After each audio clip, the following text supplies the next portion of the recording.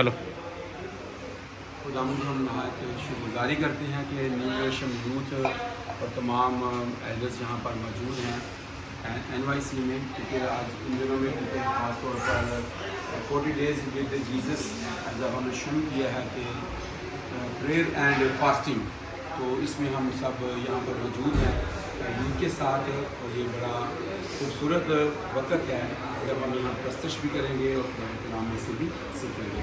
سو ایک انترا 27 ہم گائیں گے خداوند کی ستائشوں اور ہندوستان کے لیے کلوری دے سہارے بچ جائیں گے آپ کلوری دے سہارے بچ جائیں گا پیارے، کلوری دے سہارے بچ جائیں گا پیارے، سولی اٹھتے او چڑھیا دکھ ڈاڈا سو جلیا، سولی اٹھتے او چڑھیا دکھ ڈاڈا سو جلیا، مل ساڈا سو بلیا دیکھ جان پیارے، مل ساڈا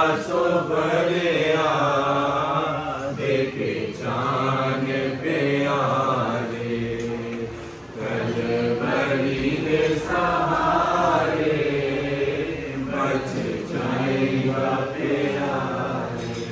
مقدس کلام میں سے لوکا کی انجیل اس کا 3 باب اس کی 21ویں آیت سے، جب سب لوگوں نے بپتسمہ لیا اور یسوع بھی بپتسمہ پا کر دعا کر رہا تھا، تو ایسا ہوا کہ آسمان کھل گیا اور روح القدس جسمانی صورت میں کبوتر کی مانند اس پر نازل ہوا، اور آسمان سے آواز آئی کہ تو میرا پیارا بیٹا ہے، تجھ سے میں خوش ہوں۔ مقدس کلام کو پڑھا اور سنا جانا ہم سب کے لیے باعث برکت ہو۔ سو 40 days with Jesus جس میں پریئر اور فاسٹنگ کی بات ہے، تو یسوع مسیح نے اپنے شاگردوں کو عملی استاد ہوتے ہوئے سب سے بہترین باتیں جو سکھائی ہیں، اس میں شاگردوں نے ریکویسٹ کی کہ ہمیں دعا کرنا سکھا۔ آج بہت سارے استاد بنے ہوئے ہیں اور بہت سارے شاگرد ان سے بہت ساری اور عجیب طور کی باتیں سیکھتے ہیں، اور لوگ سمجھتے ہیں کہ شاید بدروہیں نکالنا یسوع نے سکھایا ہے اپنے لوگوں کو، یا تعویذ نکالنا سکھایا ہے، یا کسی اور چیز میں لوگ کہتے ہیں کہ ہم بڑے ماسٹر ہیں یا یہ ایکسپرٹ ہیں ہم اس میں، اور لوگوں کو اس طرح سے ایمان سے گمراہ کر رہے ہیں۔ لیکن یہ جو خداوند یسوع مسیح کے ساتھ 40 دن ہم گزارنا چاہ رہے ہیں، جو ہم نے سٹارٹ لیا ہے، اس میں سب سے اہم چیز کہ یسوع خود بھی دعا کرنے والا تھا، اور اس نے اپنے لوگوں کو بھی دعا کرنا سکھایا، اپنے فالوورز کو کہا کہ تم اس طرح دعا کیا کرو۔ بپتسمہ پانے کے بعد یسوع دعا کر رہا ہے۔ اب دعا کرنے والے شخص کی زندگی میں ایک دم سے جو تبدیلی آتی ہے، جو برکت آتی ہے، وہ نہایت خوبصورت ہے۔ نمبر 1، آسمان کھل گیا۔ جب یسوع نے بپتسمہ پانے کے بعد دعا کرنا شروع کیا تو کلام یہ کہتا ہے کہ اس کے لیے آسمان کھل گیا۔ ہماری زندگی میں آسمان اس لیے بند ہے کیونکہ ہم دعا کرنے والے نہیں ہیں۔ ہم روزہ بھی رکھ لیتے ہیں، بھوکے پیاسے بھی رہ لیتے ہیں، کیونکہ ہم نے اس میں ٹائم گزارنا ہوتا ہے کہ کس نہ کسی طور سے وہ ٹائم گزر جائے۔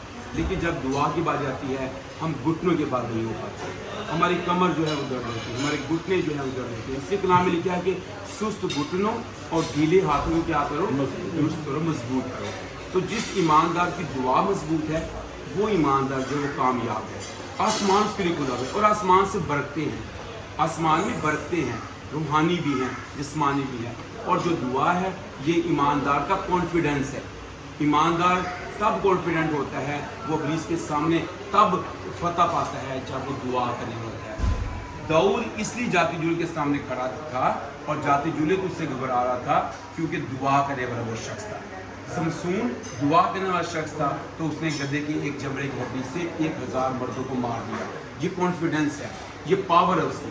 لیکن جب ہم دعا کرنے والے نہیں ہوتے ہیں، ہم چھوٹی چھوٹی چیزوں سے بھی ہم گھبرا جاتے ہیں۔ جیسے یشوع کی کتاب میں لکھا ہے کہ وہاں پر خدا کے کلام میں خدا نے فرمایا کہ اس لیے کہ لوگوں کی زندگی میں گناہ آ گیا ہے، اس لیے یہ دشمن کے سامنے ٹھہر نہیں سکتے، اس کو پیچھا دکھاتے ہیں۔